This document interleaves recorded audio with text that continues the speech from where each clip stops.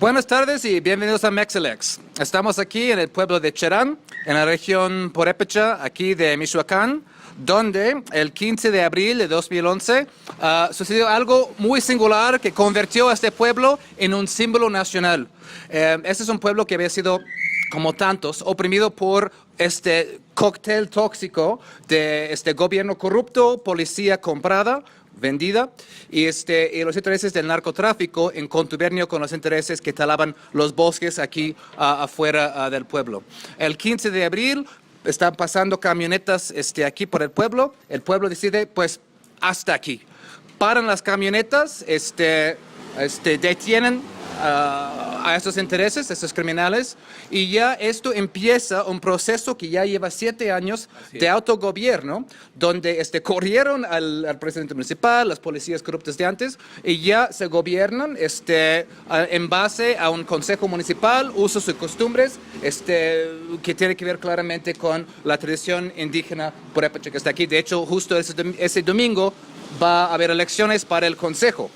Lo que no va a haber es que no va a haber elecciones ni para presidentes municipales de partidos, ni estatal, ni va a haber casillas instaladas para la elección federal del 1 de julio, ya que este pueblo ha sido ya no regirse por partidos políticos ni permitir elecciones. Esto ha sido una decisión avalada incluso por la Suprema Corte de la Nación, ¿no? Entonces, ahorita mismo vamos a ir a hablar con algunos miembros del Consejo de Autogobierno en Cherán y a ver cómo lo han llevado hace 7 años, cómo han tenido tanto éxito de bajar la tasa de criminalidad, que estaba altísima, como en muchas partes de Michoacán, a un nivel donde ya casi no hay crimen en este pueblo.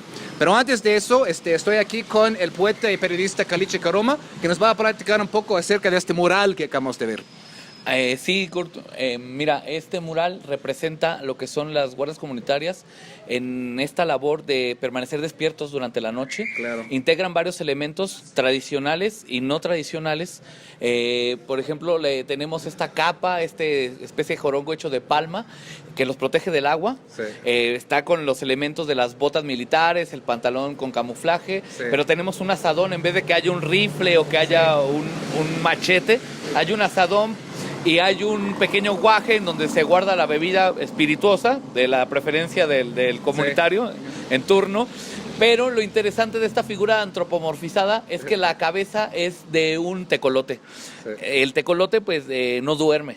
Entonces la gente tenía que estar despierta durante la noche. Por eso las fogatas que se organizaban en cada barrio, aún podemos ver por el pueblo varias mantas donde dicen fogatas activas. Aún permanecen, digamos, el simbolismo de las fogatas, que es donde se gestó todo este movimiento que dices, que también hay que decirlo, que fueron principalmente mujeres. Claro. Las que se organizaron, y que este es un elemento muy, muy interesante. Y bueno, que el arte en las paredes es un poco como la historia, nos está narrando, es una especie de cómic por la ciudad, ¿no? por el pueblo.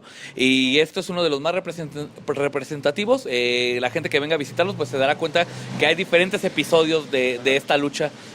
Pues tenemos el privilegio esta tarde de estar con Enedino Santa Clara Madrigal, miembro del Consejo Mayor aquí de Cherán. Enedino, muchísimo gusto y muchas gracias por poder acompañarnos en esta tarde de lluvia.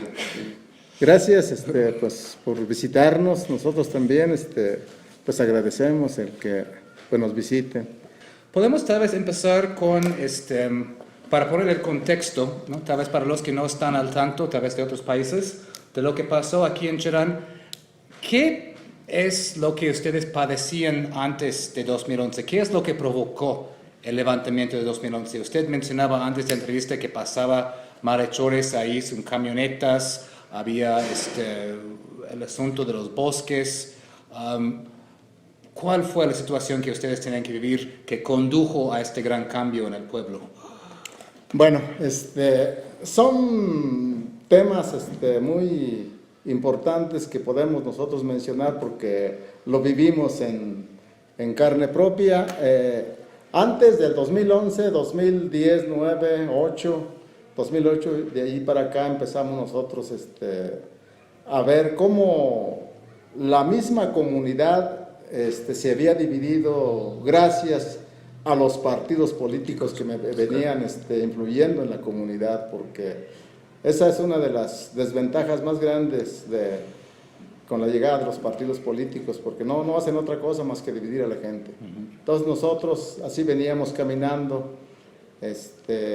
Antes, cuando el PRD, el cardenismo nació, el PRD gobernó cerca de 20, 21 años en la comunidad. Pero también igual decimos que siempre hay gente que no entiende las formas de cómo debemos nosotros trabajar con nuestra propia comunidad. Hay gente ambiciosa. Entonces, esos 20 años de gobierno del PRD fue el parteaguas para que la misma comunidad se fraccionara ese partido político que venía ya trabajando. Entonces, se fraccionó, unos se fueron a otro partido que se llamaba Alternativa, otros se fueron al PT, otros se quedaron en el PRD y otros regresaron al PRI. Entonces, gracias a ello, el PRI nuevamente entró a gobernar, pero en eso, cuando entró, seguramente nosotros decimos, y lo hemos dicho siempre, que seguramente cuando era candidato el presidente municipal de ese tiempo, del 2008, ofreció a las comunidades vecinas a que si le daban el voto, les pagaba con los bosques. Y ciertamente nosotros con gente grande de esas comunidades pequeñas, nos decían, es que el señor, cuando andaba en su campaña, nos prometió que nos daba todo el permiso para que fuéramos a talar esos bosques. Y no fue uno, ni fueron dos, fueron varias gentes las que de algún modo coincidían en darnos esa información. ¿Qué quiere decir? Que sí hubo un compromiso cuando era candidato él. Y ese tiempo fue cuando se empezó a talar. Empezaron a llegar los talamontes, la policía municipal, pues era parte del crimen organizado, porque ellos son los que protegían, iban y los resguardaban cuando ellos estaban talando, cuando era por el camino, la carretera esta que está aquí, hacia Carapan, talaban a bordo de carretera y la policía ahí protegiéndolos. Entonces, nosotros ahí empezamos a ver que, bueno, ¿qué está haciendo la policía? ¿Qué hace? ¿Por qué no tiene ese cuidado? ¿Por qué no defiende? Desgraciadamente, también la mayor parte de los tres grupos de policías que estaban eran de fuera. Por eso coincidimos la mayoría en que eran del crimen organizado. Poco a poco fue avanzando y nosotros, el 2009, empezamos a organizarnos porque no estábamos de acuerdo que la gente esa de fuera empezara a meterse pues, en nuestra comunidad, a traer los bosques. Desgraciadamente, así como estábamos todos los organizados, nosotros decíamos, bueno, ¿por qué no vamos y defendemos nuestros bosques? Nadie quería. La gente de la comunidad decía, no, pues es que aquí ellos se están vendiendo. ¿Por qué vamos a ir a cuidarles a ellos? Si en los últimos tiempos a nosotros no nos permite ni subir a la leña, ni siquiera caminar por ahí, nosotros no vamos. Y así poco a poco venía avanzando la tala y nosotros seguíamos invitando ya a los poseedores. Nunca pudimos organizar nosotros a esos grupos de poseedores que tenían frente en este cerro que está aquí. ¿Por qué? Porque ya ellos también de alguna manera habían sido parte de permitirles al crimen organizado entrar ahí.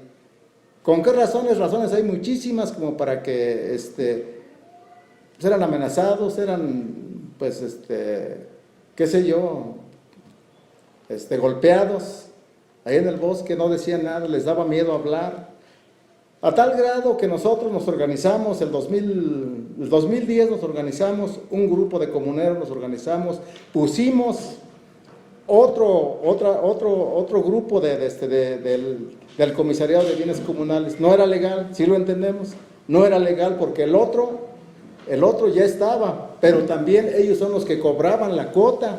Al bajar los carros con madera, ellos cobraban la cuota aquí en las entradas del pueblo. Entonces, ¿con quién estábamos nosotros? ¿Con quién nos quejábamos? Claro. Si la misma autoridad era la que cobraba la cuota, si la misma autoridad comunal era la que daba los permisos para que tú subieras al cerro a talar el bosque. No podíamos confiar en nadie. Y no confiábamos tanto porque los partidos también aquí estaban. Cada uno de nosotros pertenecía a un partido, por eso nos era indiferente, completamente indiferente se nos hacía. Y ahí fue avanzando, fue a este cerro, luego se vino a este, y ahí se fue yendo hacia arriba. Nadie decía nada, completamente.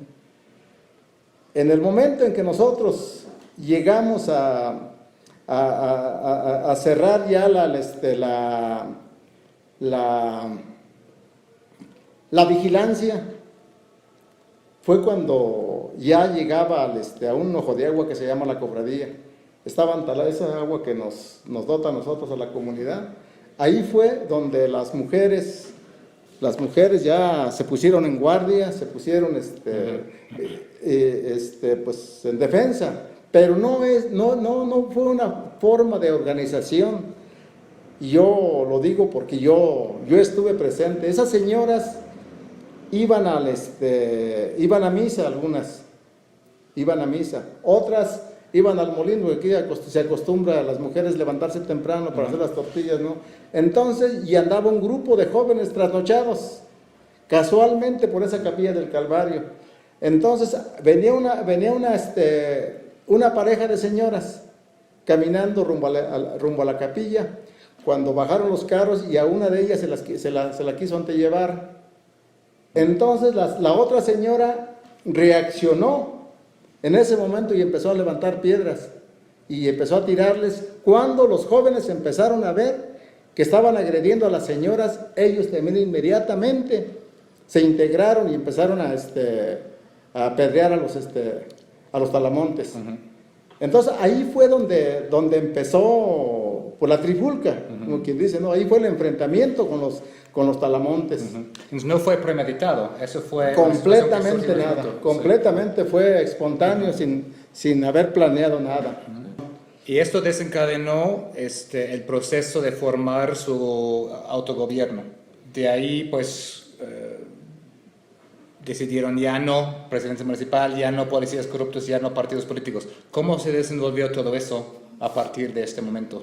No fue porque tampoco tenía, o sea, no se pensaba, sino que fue verdaderamente, pues también se estaban acercando los procesos de elección de los municipios, para la gobernatura y para las presidencias municipales en todo el estado. Sí. Nosotros estábamos más enfocados porque lo que pedíamos nosotros era seguridad.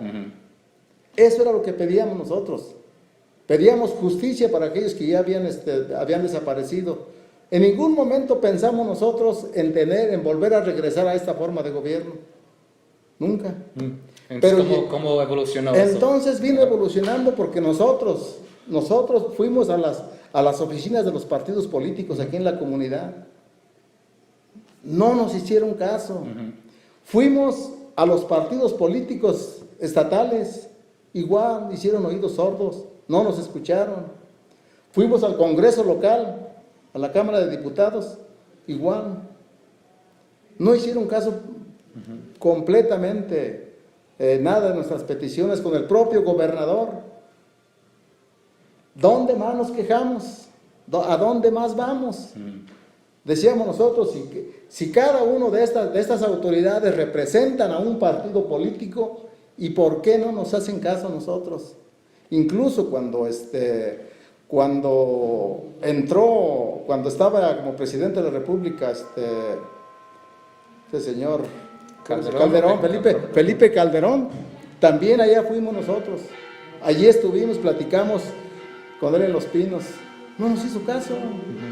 Entonces, eso fue lo que ocasionó a que nosotros, pues desalentados, con los ánimos caídos, sin que nadie nos escuchara. ¿Qué fue lo que hicimos? Y se estaban acercando, ya pasó abril, pasó mayo, pasó junio. En el mes de julio, a fines del mes de julio, se abrió la convocatoria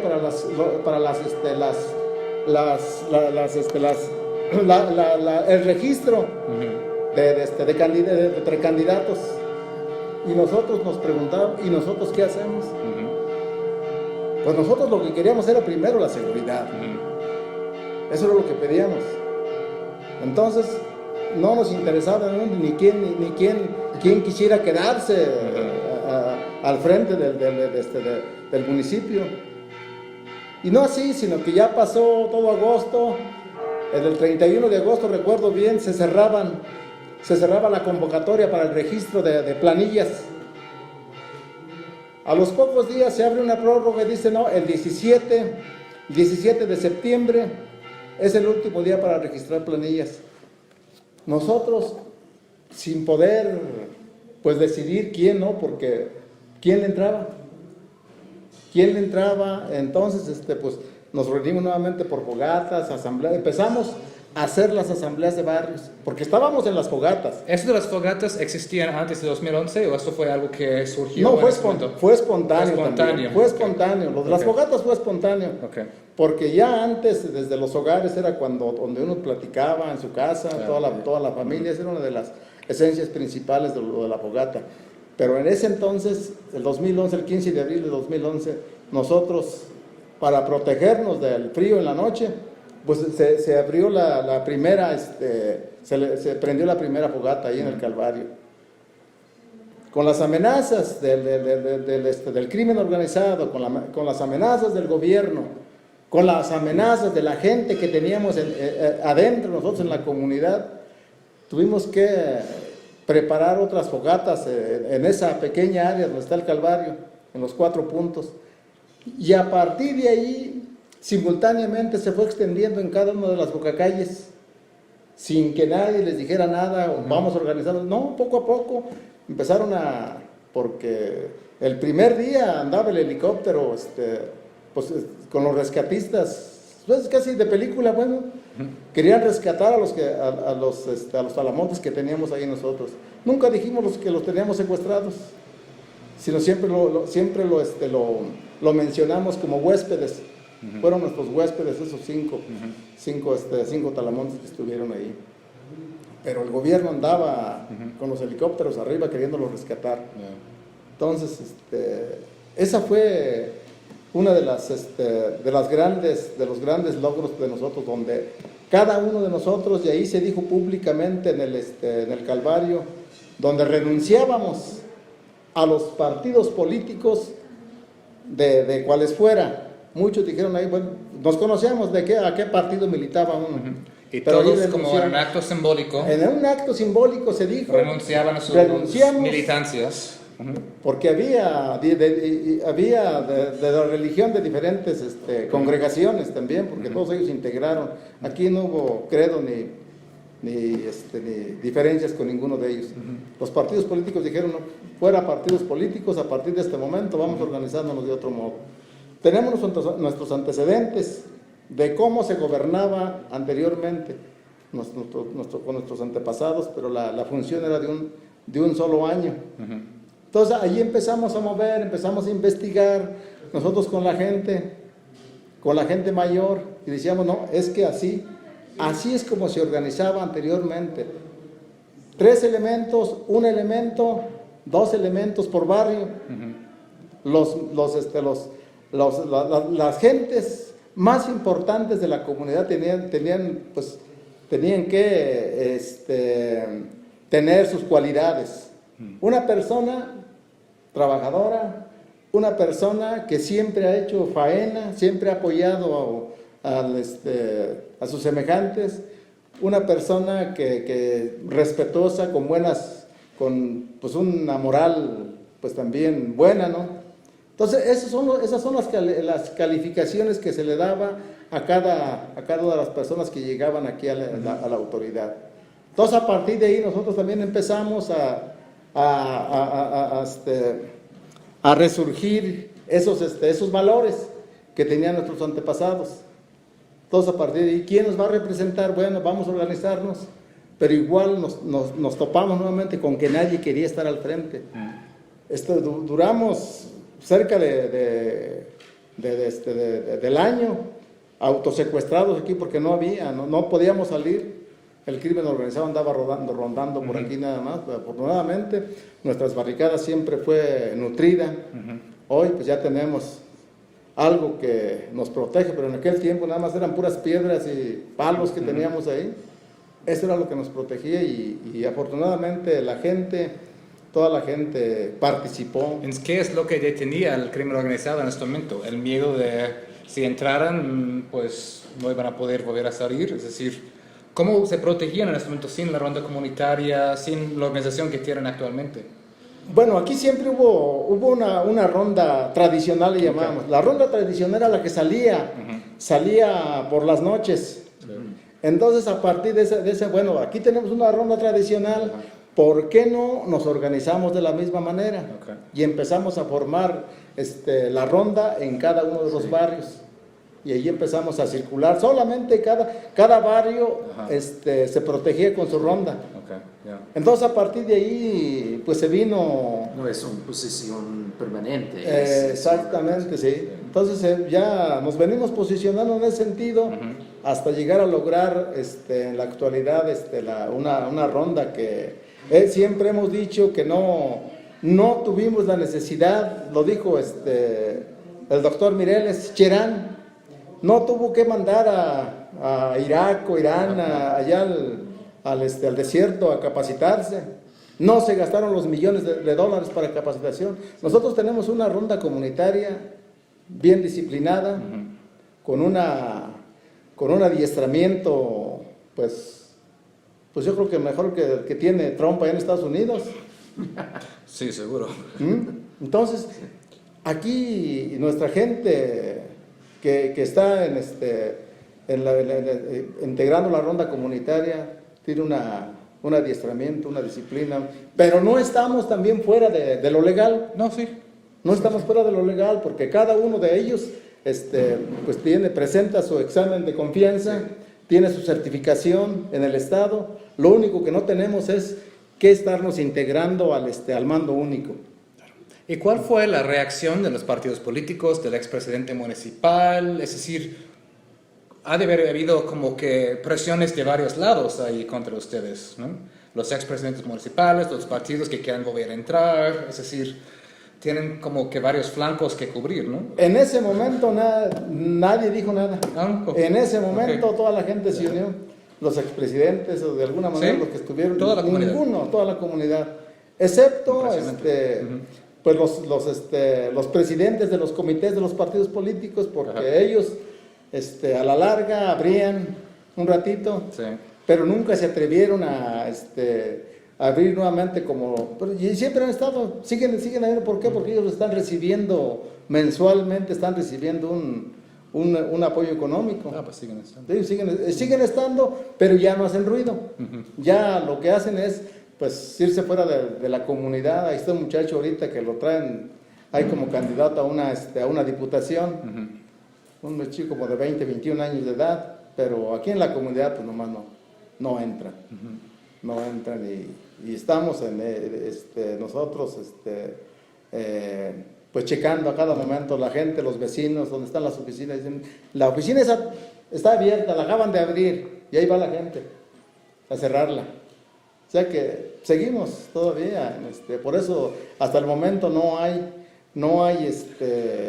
pues temor a que lleguen entre los partidos políticos nuevamente. Entonces usted afirma que sí se puede gobernarse sin partidos, sin izquierdas y derechas, sin arribas y abajos, es decir, por medio de consenso. Así es, esa es una forma, lo llaman usos y costumbres o consejos, ¿cómo se llama? Bueno, ¿Cuál es su estructura ahora gubernamental? A partir de lograr la primera controversia en los tribunales y la segunda en 2014, nosotros siempre tenemos esa palabra, es decir, es nuestra libre determinación. Y nuestra libre determinación consiste en que aplicamos los usos y costumbres para el nombramiento de nuestras autoridades. Entonces, aquí lo que nosotros hacemos es pues empezar a trabajar en los bares, desde las fogatas, desde los bares, las asambleas de barrio, quiénes son los que nos van a representar en la siguiente administración. Entonces, esa es nuestra forma de. ¿Y cómo se lleva a cabo la votación? Ahí, por ejemplo, en las fogatas para elegir los consejeros. Donde hay Ajá. una persona, por ejemplo, esta es una fogata. Sí, por ejemplo. Y si nosotros de aquí tenemos, bueno, que se vaya Carlos. Ok, Carlos nos va a representar en la asamblea de barrio. ok. Entonces, pues ya ahí, ¿no? Se nombran otros, se presentan otros, pues, si son 5, si son 10 o 15 o 20 o más, Ajá, tienen que formarse delante de él. ajá. Y el que tenga mayor votación Ok. es la que... Físicamente se colocan al lado de su Sí, candidato. sí, se pone una sillita Ok. y físicamente ahí están. Ujú. Este es el que nos va a representar, ya no a la fogata, pero sí surge de una fogata con con una lista de quiénes son los que lo están apoyando. Ok. Y ahí quien va y dice, yo soy el coordinador de la fogata, bueno, yo propongo a Carlos porque es una persona trabajadora, porque es una persona responsable, porque no tiene vicios. Es porque- importante, entonces hay que desglosar las razones. Es decir, Exactamente. no es solamente un nombre, es un nombre más sus virtudes o sus calidades para poder gobernar. Exactamente. ¿Sí? Entonces, eso es lo que dice quien lo va a representar, lo va a presentar allá. Entonces le preguntan a él, a mi candidato, le preguntan, Sí. ¿tú por qué quieres Ajá. ser parte de la autoridad? Entonces ya él también dice, bueno, porque yo quiero servirle a mi comunidad, yo quiero pues aportar mi experiencia, quiero servirle a mi comunidad, y ya, se dan las cosas. Los escuchan primero y ya después se forman. Ujú. A ver a quién le conviene. Sí. Porque aquí no se valen los discursos, aquí no hay preparación de discursos, Ok. como los partidos políticos. Se ahorran todo eso. Todos nos ahorramos todo eso está eso. muy bien porque se dura horas. Y ¿No? igual para la organización esa del nombramiento, en esta ocasión se gastaron 80,000 pesos Ajá. el Instituto Electoral de Michoacán, Ujú. cuando allá se gastan millones de Millonadas, pesos. ¿no? Entonces el Instituto Electoral sí viene aquí para avalar sus elecciones del Consejo. Exactamente. Entrega la constancia de mayoría Ok. a cada uno de los, Ok. de los 12 consejeros. Por eso tenemos la misma autoridad, los 12 que estamos aquí conformando. Tenemos la misma autoridad porque los 12 tenemos la constancia de mayoría. Sí. Aparece por ahí en los oficios. Aparece, aquí está uno, mire, por ejemplo, viene de dónde, ahorita les digo. Casa de la Mujer Indígena, asunto, Consejo Mayor de Gobierno Comunal, Cherán. Ya no dice presidente municipal. En algunos otros aparece como presidente municipal de algunas dependencias y en algunos otros aparece consejo, así como aquí aparece. Entonces los 12 son coiguales, no hay un presidente. No. Ok. Solamente existe, así entre comillas, el consejero presidente en la parte administrativa. Ok. En la parte administrativa donde se van a dar los por recursos, ejemplo, donde ahí. se van a manejar los, aquí está. Sí. Pedro Chávez Sánchez, presidente municipal de Cherán. Por razones administrativas. Por razones administrativas, Ajá. sí. Centro Estatal para el Desarrollo Municipal. Entonces, algunos ya han entendido esta parte y nosotros a donde vamos siempre hemos dicho, no es presidencia municipal, no es presidente municipal, es Consejo de Gobierno Municipal. Por eso es Consejo Mayor de Gobierno Municipal. ¿Y en sus decisiones es por mayoría? ¿Normalmente llegan a consensos aquí en los 12? Hay consenso. ¿O a veces hay voto dividido o llegan a un consenso normalmente? ¿O Se consensan, por consenso? se consensan. Ok, entonces, si hay un voto 7-5 no procede, tiene que llegar a un consenso.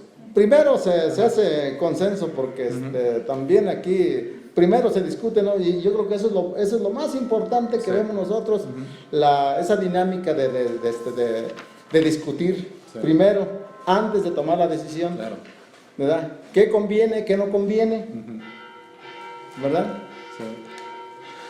Pues ya que se va vamos llegando como un poco al final del tiempo, tengo dos más preguntas A ver. para ir cerrando. Hay muchos pueblos a lo largo de todo el país que han tenido algunos de los mismos problemas, ¿no? La amenaza del narcotráfico, la corrupción es endémica de norte a sur, la policía cooptada, vendida, es decir, miedo a un gobierno que no es de confiar. ¿Qué es o dónde es donde ustedes han logrado eso, donde muchos, bueno, algunos otros pueblos todavía no han llegado a ese punto, ¿no? Es decir, transformaron su manera de gobernarse, ¿no? ¿Cuál es la receta del éxito para que lo embotellemos y lo empecemos a comercializar? Aquí primero no hay receta. No hay receta. No hay receta. La primera receta es que no hay receta. Porque ¿no? esto más bien es una inspiración. Depende de los contextos locales. El contexto nuestro es que somos nosotros, ya se lo decía hace rato, somos originarios, que el 98% somos originarios. Eso es un factor importante. Sí. ¿no? Es bien importante. La otra, Sí. somos municipio. Somos comunidad indígena. Sí. Eso nos da todas las garantías en los tratados internacionales. Nos abren las puertas. Tal vez en una comunidad, Eso es. en una comunidad mestiza sería más difícil en No, cuanto al es- marco legal, digamos. Sí. No La protección entran, internacional, digamos. Ok. no entran dentro de los tratados internacionales. Ok. Las comunidades mestizas no entran. Aquí tenemos Nahuatzen, Ajá. que está cerquita a 6 Sí, no kilómetros. entra. Ajá. Quiere la misma forma de gobierno precisamente por las malas mañas que están ahí viviendo. No han logrado porque no son comunidad, es municipio, pero no es comunidad indígena. Ok. Esa es la gran diferencia que Ojalá tenemos lo nosotros. logren, ¿no? Que ojalá encuentren lograrlo. Y ojalá lo logren, porque todas las demás tenencias a las que pertenecen son indígenas. Ya. Entonces a través de eso a lo mejor sí se logra, Ok. pero el municipio en sí no es comunidad indígena. Tenemos otra aquí en La Cañada, se llama Chilchota, ese municipio. Todas sus tenencias son comunidades originarias, menos la cabecera municipal. Y así hay varias, por eso no procede ese tipo de gobierno. En caso de otras comunidades, Sí. como Pichátaro, profesor. Están las pequeñas tenencias que han logrado, ya a lo mejor ya tienen referencia de ellos, de San Felipe, de Pichátaro, aquí cerquitas de nosotros. Pero pues igual en el país en Guerrero ya está un municipio, en Chiapas están 2 municipios, en el estado de Morelos son 4 recientemente. Entonces es una tendencia que se va... Sí, se va. Ok. Se va, pero no hay una receta en sí, son inspiraciones y hemos recibido a toda la gente nosotros aquí. Hemos ido a compartir hemos ido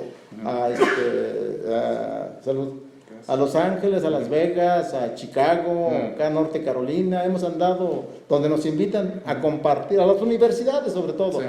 Hemos estado ahí, pero no hemos dicho nosotros, bueno, así como está diciendo, bueno, ¿qué receta hay para así empezarla a imprimir y Sí, vendérselas claro al que- municipio? que no se puede, ¿no? ¿Verdad? Entonces, esas son las 3 ventajas principales Ok. en nuestra comunidad.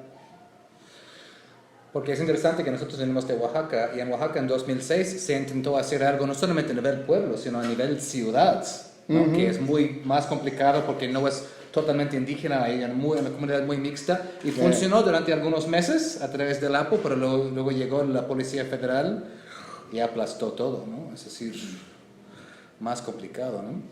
Última pregunta, vemos que no van a instalar casillas, ¿no? Para las elecciones aquí del 1 de julio. Los que quieren votar, por ejemplo, por presidente de la República, ¿tienen esta opción de ir a otro lugar? Salir fuera. Ok, Sí. y no hay problema. Nosotros- Nada más van a otras casillas afuera Sí. para votar por presidente de la República y luego, pues, Sí. todo aquí sigue en su normalidad. Aquí sigue normal, incluso nosotros hemos solicitado al Instituto Electoral de Michoacán y al distrito al que pertenece Cherán, hemos solicitado boletas de más en cada uno de los municipios cercanos para que la poder- gente ajá. se vaya a votar. Ok, excelente. Sí, Maestro, porque... pues, perdón. Sí, Sí. hay que terminar lo que está no, diciendo. porque digo, no podemos también prohibirles a que salgan Impedir, ¿no? a votar, pero sí no se puede, no podemos, estaríamos rompiendo con nuestras normas, con nuestras formas de gobierno, con nuestra libre determinación, Ok. rompiendo con eso y que digamos a última hora, bueno, sí que se instalen. Ajá. La gente puede salir, pero no se pueden instalar las casillas aquí. Ahora sí, maestro. Sí. Muchas gracias. Pues ahí estamos, Mucha suerte entonces. con todos.